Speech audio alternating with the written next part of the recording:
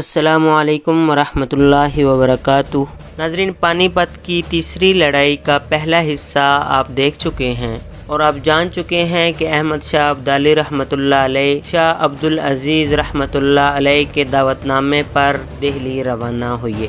ناظرین، جب احمد شاہ ابدالی رحمۃ اللہ علیہ وہاں پہنچے تو ان کا بہت سے روہیلا امراء نے 10,000 سپاہیوں کے ساتھ استقبال کیا اور احمد شاہ ابدالی رحمۃ اللہ علیہ کے ساتھ مزید 10,000 کا لشکر مل گیا اور لشکر کی تعداد 40,000 ہو گئی اور یہ 40,000 کا لشکر دہلی کی طرف روانہ ہو گیا۔ ناظرین، جنوری 1960 کو دیتا جی سندھیا 20,000 لشکر کے ساتھ ابدالی فوج کے مقابلے پر نکل آیا۔ ایک خونریز مارکے کے بعد مسلمان فتح یاب ہوئے اور دیتا جی گھوڑے سے گر کر مارا گیا۔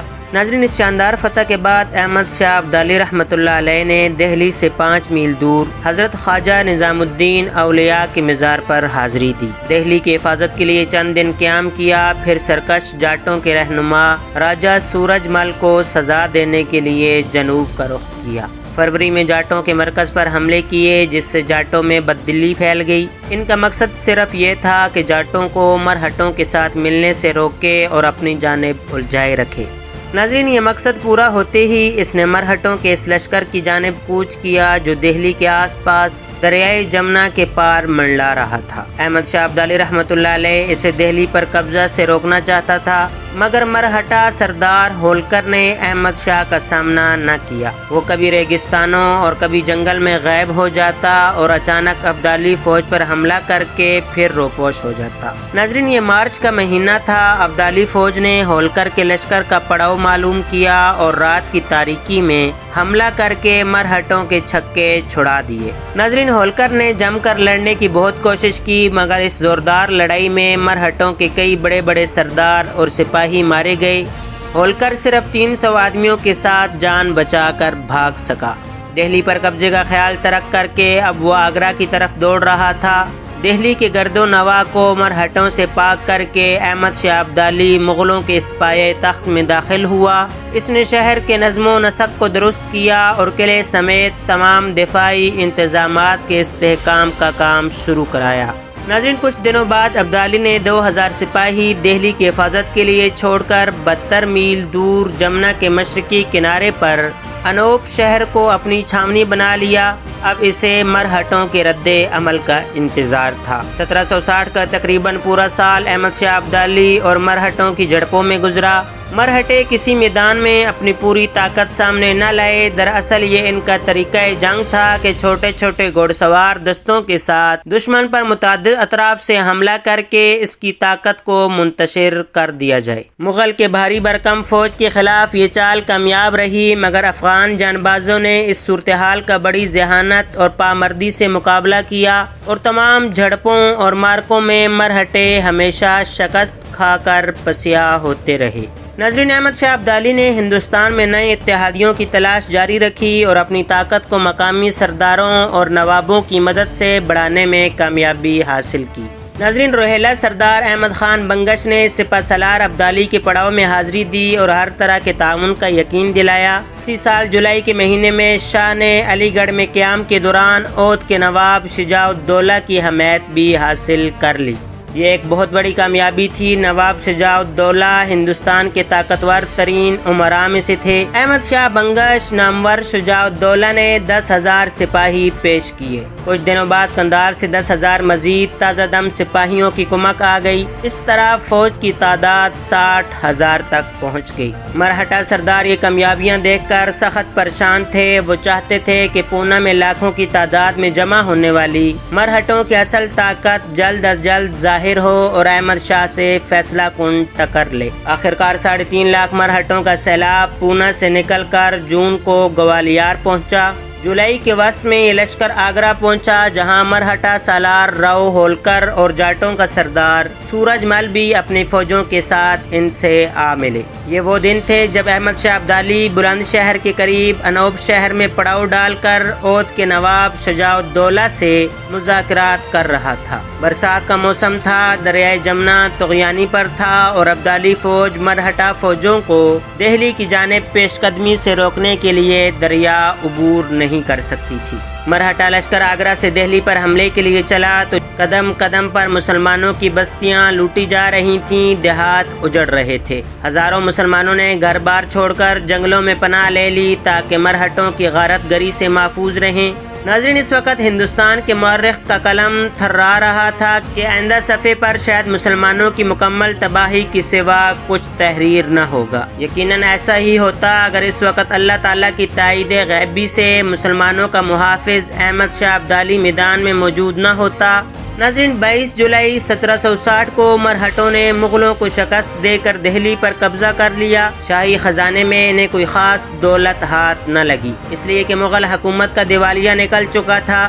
البتہ انہوں نے لال قلعہ دہلی کے سونے کی چھت اتروا کر اپنے لیے سونے کے سکے بنوائے۔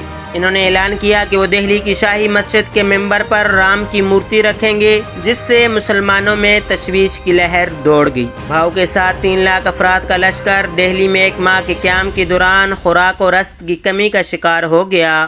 ستمبر کے اواخر میں بھاؤ نے فوج کو لے کر گنجپورہ پر چڑھائی کر کے مسلمانوں کا بے دردی سے قتل عام کیا اور خوراک و رزق سمیت سب کچھ لوٹ لیا۔ ناظرین، احمد شاہ ابدالی نے دہلی پر مرہٹوں کے قبضے کی خبر بڑے تحمل کے ساتھ سنی۔ وہ جانتا تھا کہ مرہٹوں سے عنقریب کھلے میدان میں بدلہ لیا جائے گا، مگر گنجپورہ کے مرکز خوراک پر قبضہ اور مسلمانوں کے قتل عام اس کے لیے ناقابل برداشت تھا۔ اس نے عہد کیا کہ مرہٹوں کو اس بری طرح کچلے گا کہ ان کی نسلیں یاد کریں گی۔ اس نے اپنے ساتھیوں سے کہا، میں نے زندگی بھر اپنی قوم کی ایسی تذلیل نہیں دیکھی، میں یہ برداشت نہیں کر سکتا۔ اس نے دریا کی طغیانی کو نظر انداز کرتے ہوئے فوج کو پار کرنے کا حکم دیا۔ اس سے قبل احمد شاہ ابدالی نے 2 روز تک روزہ رکھا اور اللہ تعالیٰ سے فتح و نصرت کی دعائیں کرتا رہا۔ 25 اکتوبر کو افغان جانباز دریائے جمنا کے ٹھاٹھے مارتے پانی میں اترے، مگر پانی انہیں آگے بڑھنے سے روک رہا تھا۔ احمد شاہ ابدالی نے ایک تیر لیا، قرآن مجید کی چند آیات تلاوت کر کے اس پر دم کی اور تیر دریا کے بکھرے ہوئے سینے میں پیوست کر دیا۔ دیکھتے ہی دیکھتے دریا کا جوش تھمنے لگا۔ مجاہدین کی مسرت کا عالم دیدنی تھا۔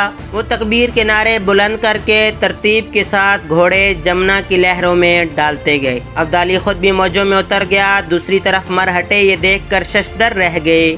مجاہدین اسلام پر تیر برسانا شروع کر دیا۔ 2000 مسلمان ڈوب گئے اور 58,000 جان بازوں سمیت شام سے پہلے ابدالی دریا پار کر چکا تھا۔ دوسری طرف سدا شیو بھاؤ دہلی واپس آ کر فتح کا جشن منا رہا تھا کہ اچانک احمد شاہ ابدالی کی دریا عبور کرنے کی اطلاع ملی اور ہکا بکا رہ گیا۔ اس نے فوری طور پر دہلی سے کوچ کیا اور پانی پت کی طرف ہٹنے لگا، کیونکہ اس کے لاکھوں سپاہیوں کی صف بندی پانی پت کے وسیع میدان کی سوا ہی نہیں ہو سکتی تھی۔ ناظرین، بھاؤ 29 اکتوبر 1760 کو اپنے لشکر کے ساتھ پانی پت کے میدان میں پہنچا۔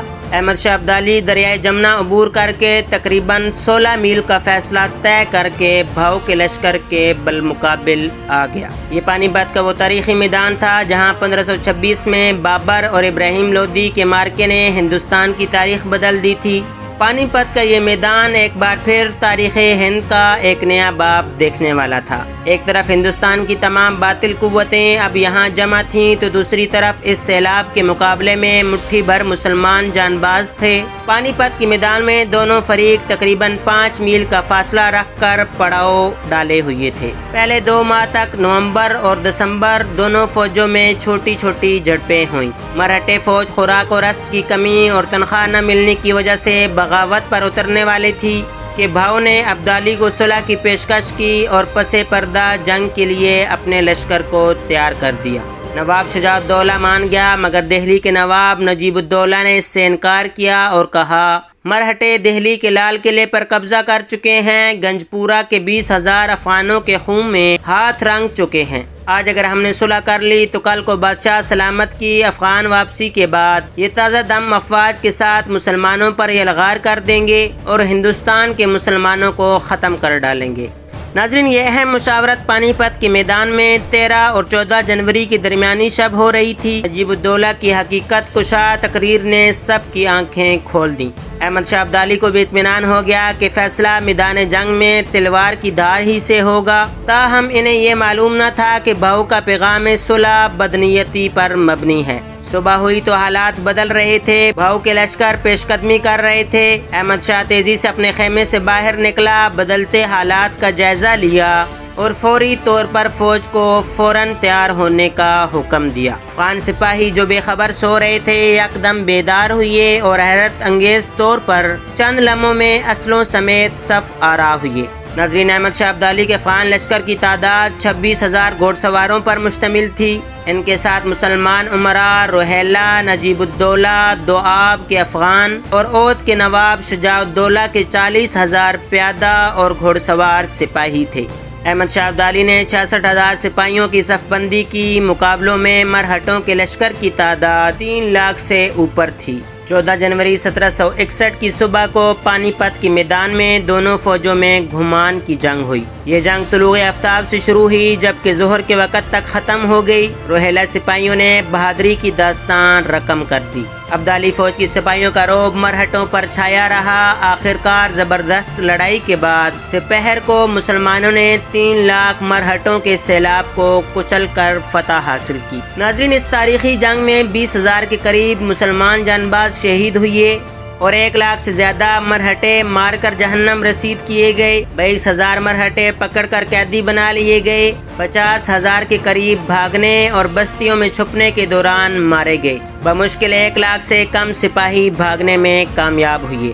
ناظرین، مرہٹوں سے نفرت کا اندازہ اس امر سے لگایا جا سکتا ہے کہ جب مرہٹے شکست کھا کر بھاگے تو ان کا پیچھا کر کے انہیں مارنے والوں میں مقامی افراد کے ساتھ ساتھ عورتیں، بچے اور دیہات کے ہندو بھی شامل تھے، اور یہ وہ لوگ تھے جن کو بے دردی سے مرہٹوں نے مارا تھا اور لوٹا تھا۔ اس جنگ میں مرہٹوں نے عبرتناک شکست کھائی۔ اس کے بعد وہ دوبارہ کبھی جنگی میدان میں فتح حاصل نہ کر سکے۔ مسلمانوں نے اس جنگ میں ہزاروں ہاتھی، اونٹ، لاکھوں گھوڑے، لاکھوں نقد روپے اور لاکھوں مویشیاں حاصل کیے۔ ناظرین، اس شاندار فتح کے بعد احمد شاہ ابدالی نے دہلی پہنچ کر اعلیٰ ظرفی کا مظاہرہ کر کے شہزادہ علی گوہر کو دہلی کے تخت پر بٹھایا۔ مغل سلطنت ہی کو ہندوستان کے مسلمانوں کی سطوت و شوکت کا وارث قرار دیا اور خود کوئی سیاسی فائدہ حاصل کرنے سے گریز کیا۔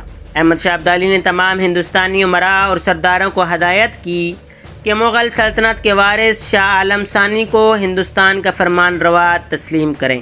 سلطنت دہلی کے اس انتظام کے بعد احمد شاہ ابدالی 2 ماہ بعد 20 مارچ 1761 کو دہلی سے واپس افغانستان روانہ ہو گئے۔ ناظرین، ہندوستان میں اسلام اور مسلمانوں کا نام، شان و شوکت، عزت و وقار بلند ہو گیا۔ ہندوستان میں مسلمانوں کی وجود باقی رہ گئی، مرہٹوں کا خاتمہ ہو گیا۔ ہندوستان پر ان کی حکومت کی خواہش اور شاہی مسجد دہلی کے منبر پر رام کی مورتی لگانے کا خواب بکھر گیا۔ مرہٹوں کے تقریباً سارے بڑے بڑے سردار اس جنگ میں مارے گئے اور ناظرین، اس کے بعد مرہٹے پھر کبھی دوبارہ اٹھنے کے قابل نہ ہوئے۔ ناظرین، آپ دیکھ رہے تھے پانی پت کی تیسری لڑائی کا آخری حصہ۔ امید ہے کہ اس پانی پت کی لڑائی کے بارے میں جان کر آپ کے علم میں اضافہ ہوا ہوگا۔ اگر ویڈیو پسند آئی ہو اور مسلمانوں کے ہیرو احمد شاہ ابدالی کی کہانی اچھی لگی ہو تو کمنٹ باکس میں اپنی رائے ضرور دیں۔ ملتے ہیں اگلی ویڈیو میں۔ اللہ حافظ۔